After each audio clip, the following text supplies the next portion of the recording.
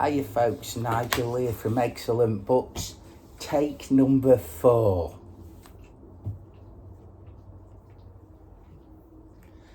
Anyway, we might get interrupted, but we never know. Hey, that's part of being grandad, innit? So, I've just finished House on the Borderland by William Hope Hodgson. This is the English Library Tales of the Weird edition. I'm starting to collect a few of these, just the ones that interest me, because they're bringing a new one out every month, and this is the one I've got. Funnily enough, I was in Waterstones a good,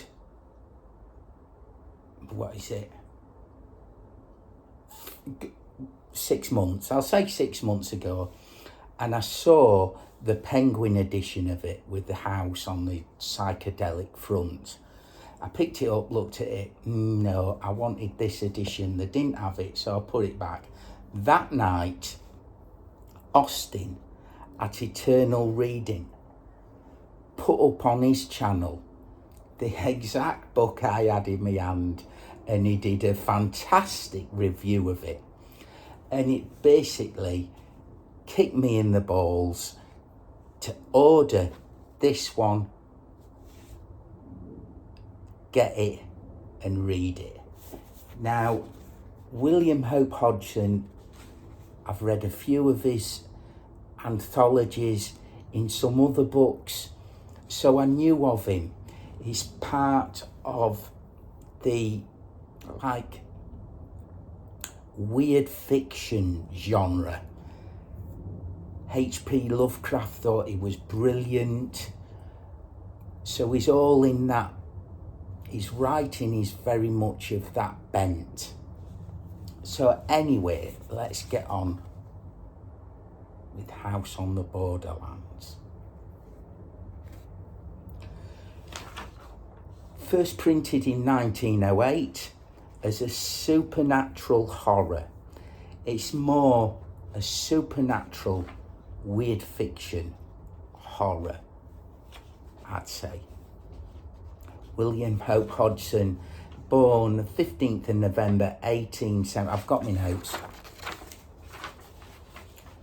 15th of November 1877, died April 1918 in Belgium in Yerps. He was hit by an artillery shell and there was nothing left of him. So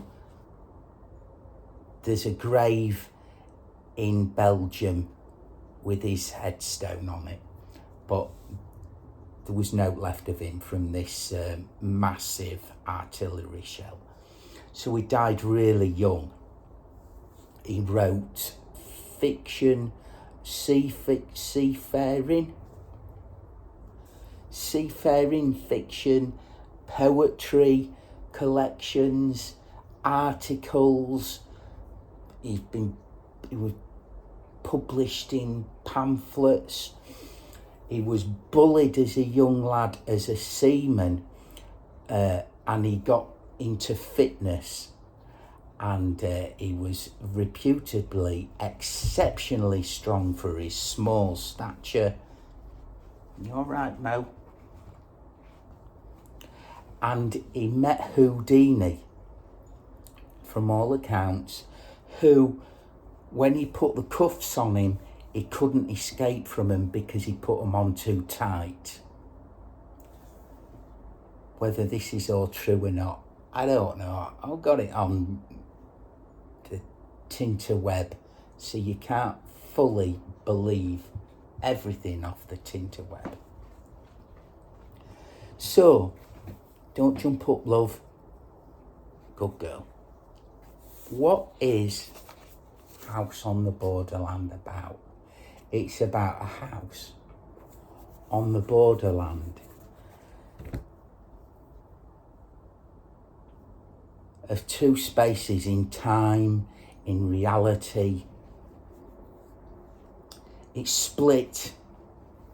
First off, a manuscript's found by two tourists who go to the west coast of Ireland on a fishing adventure.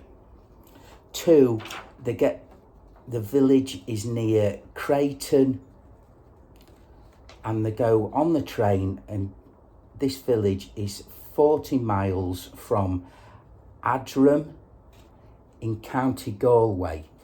Now, oddly enough, going back to William Hope Hodgson, his father was a minister. He spent time in Ardham as a young lad because his father was a minister. Now, it'd be interesting to see in a 40-mile radius, or maybe, 60 miles, whether there are in County Galway, because it's a fictional village that is made up, because I have gone down that rabbit hole, I am like that, whether there's any old ruins near a fishing river, near a pit or chasm, which would have inspired William Hope Hodgson as a young lad. It'd be just interesting to do. There is the West Coast Road down Ireland, and I think that travels very close to this area. Now, that is a trip me and the wife are planning to do in the next few years in the van. So that'll be a nice little side adventure, along with a couple of others. But anyway, getting back to the book, got Hedgehog drink today.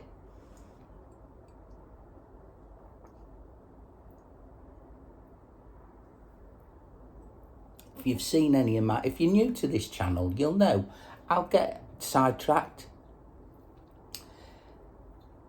I'll have a drink. I've got my notes. Sit back, enjoy it. Like, subscribe, and share. That's that out of the way. Now, these two blokes who were on a fishing adventure, Tonninson and Beganog, what kind of name's that? Find this manuscript dated 1877. And while they're on a fishing adventure, they get a bit bored one day, go for a walk, as you do, and they come across, don't jump up, lovey, as you do, they go for a walk, they have a bit of a picnic, they see a rift, they go to explore, they come across this abandoned house built over a pit, a chasm, surrounded by fruit trees that have all grown wild. Mo's down here wanting to jump up, but she can't. And they go and explore, they have an explore. Now, they find this manuscript, they get some really creepy vibes about this ruin, and they do one. Later that night, they sat round camp, and this isn't really a spoiler, this is all in the first chapter, which is 2 pages long, 3 pages at the most. So you can, before you read it, you can have a sample of said opening chapter. Now, they decide to read this manuscript over a few whiskies. No, Mo, go sit over there. Go on, lovey. Go on, Peanut. Go on. Go on. Good girl. Just come out of hospital last week, so she can't jump up on me. Unfortunately. Because they do feature quite a lot in this channel. Anyway, back to the subject.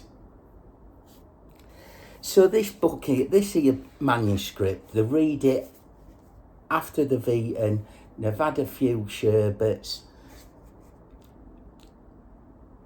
and they start reading the manuscript that they found at the ruin. Now,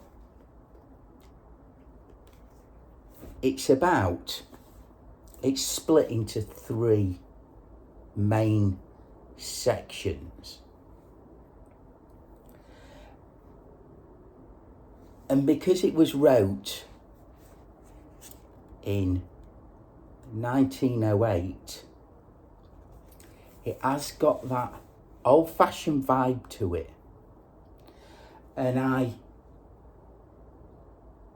encourage everyone to read them old-fashioned short stories, or even the longer ones from that time period, because they're just, for me, they're right good tales. They're wrote differently to the novels that are out now. You want a horror novel, it's blood, gore, everything like that. Doesn't leave a great deal to the imagination. I like to imagine things. Just due to my job, I get covered in blood every day when I'm at work. I'm handling organs. I see murdered bodies, dead bodies, every single day. So that is nothing. So it's the psychological horrors for me. So you might struggle a little bit with it, but stick with it, because I think you'd like it. So anyway, it's in 3 parts. The first part is mainly about the recluse, who is the writer of the manuscript. His dog Pepper plays a big role in it. His sister as well plays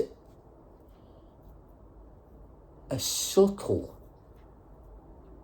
part in the story, and obviously the house does, and the huge chasm, the pit that is under the house and adjacent in his lands.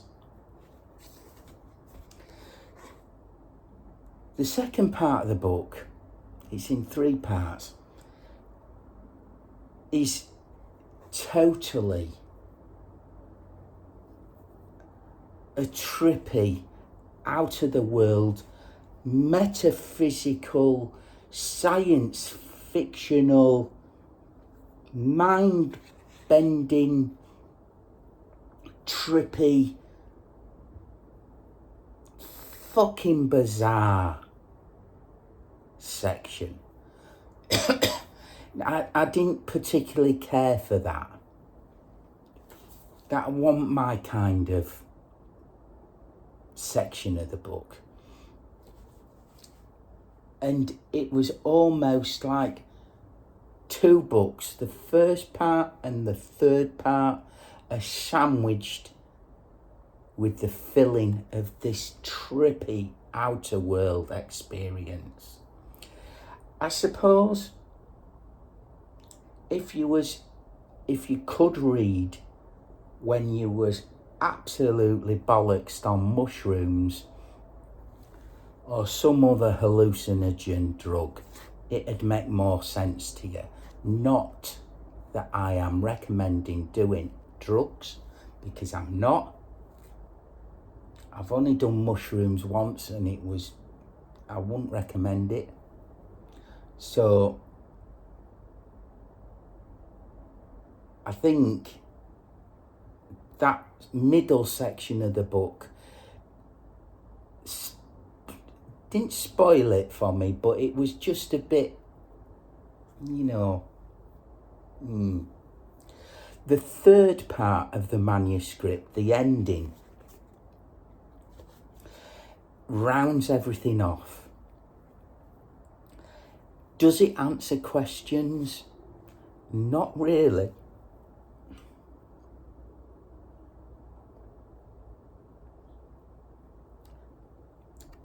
So I will go a little bit into the plot of the book. It's about a recluse who, in the first start of the books, he goes and explores a pit. It's called the pit. It's a chasm. I pictured it as a chasm in the ground. He goes and explores it. He hears some odd noises in there and he thinks, oh, fucking hell's going on there? His dog gets attacked, and later that night, or the subsequent nights, his house is attacked.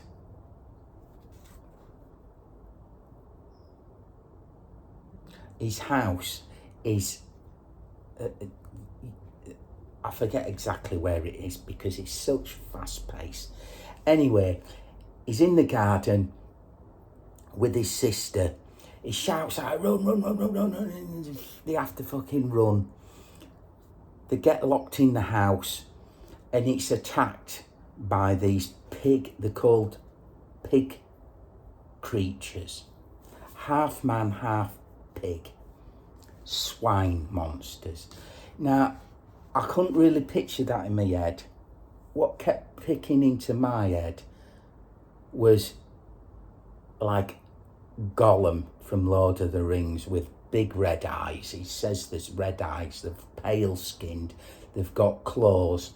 So I pictured him more as Gollum rather than these pig swine creatures, but that's just me.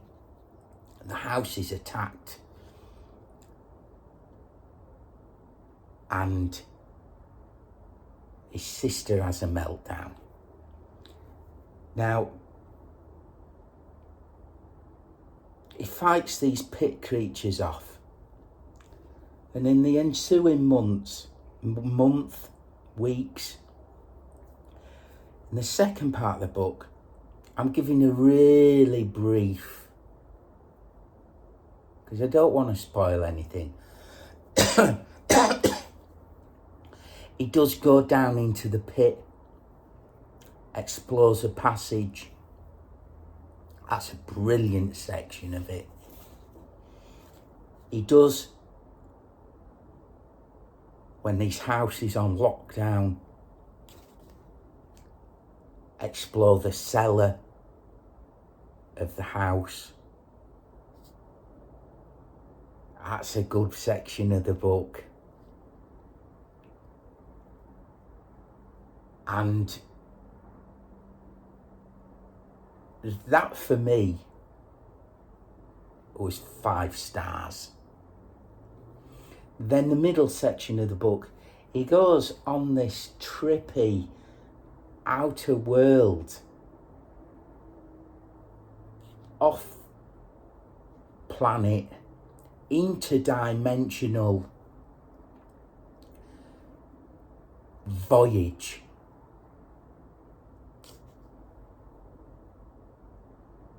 If you like that kind of thing, you'll prefer that section of the book. But to me, it was just a bit much. The whole reason why he doesn't leave the house comes apparent in this middle section of the book.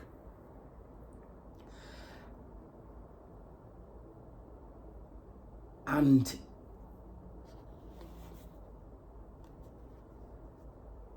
yeah, it was just a bit, didn't really float my boat. The third bit of the book is he's visited by one of the swine golem pig creatures from across the borderland, because it's a borderland house between the two dimensions of space and time. From the other time and space, there's a greenhouse exactly the same as his, made of jade. And he gets a visitation from one of these swine pigmen creatures. And the ending of the book comes really fast, really wraps itself up really, really fast. And yeah, you don't really get an ending to the first bit. You don't really get an ending to the second bit. You do get an ending in the third section of the book, the ending. But it just ends quickly. How many minutes are we on? 21 minutes. Let me just see.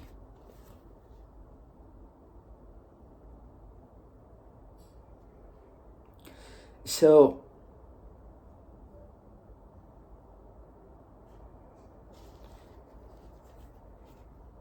he's getting attacked.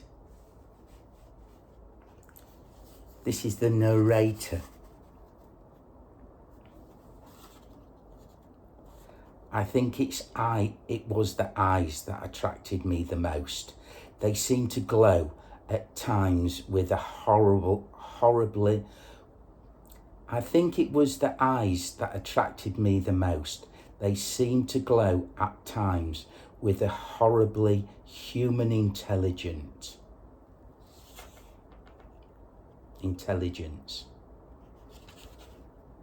So that's when the pig monsters are getting in. He's getting attacked by them. And he's a recluse, this old man. So he's just describing himself, setting the scene. I live here alone with my old sister, who is also my housekeeper.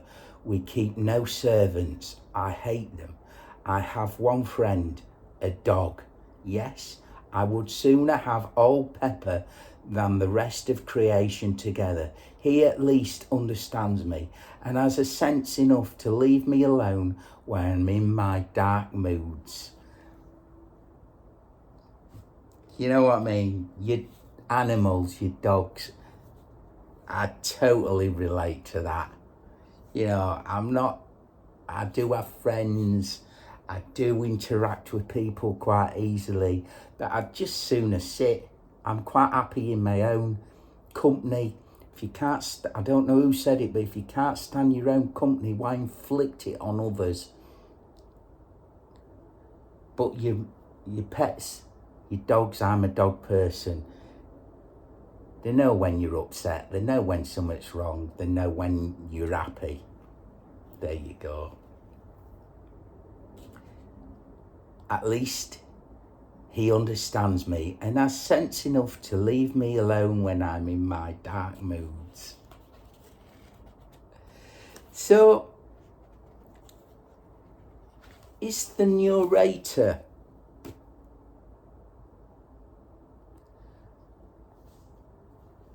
a bit loose in the head?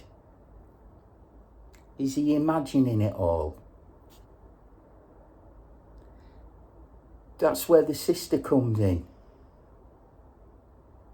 The one section where she could actually see these pit swine monsters is very brushed over, very matter-of-factly. You know, is it because he's chasing her and screaming at her to run with a loaded gun, firing it off?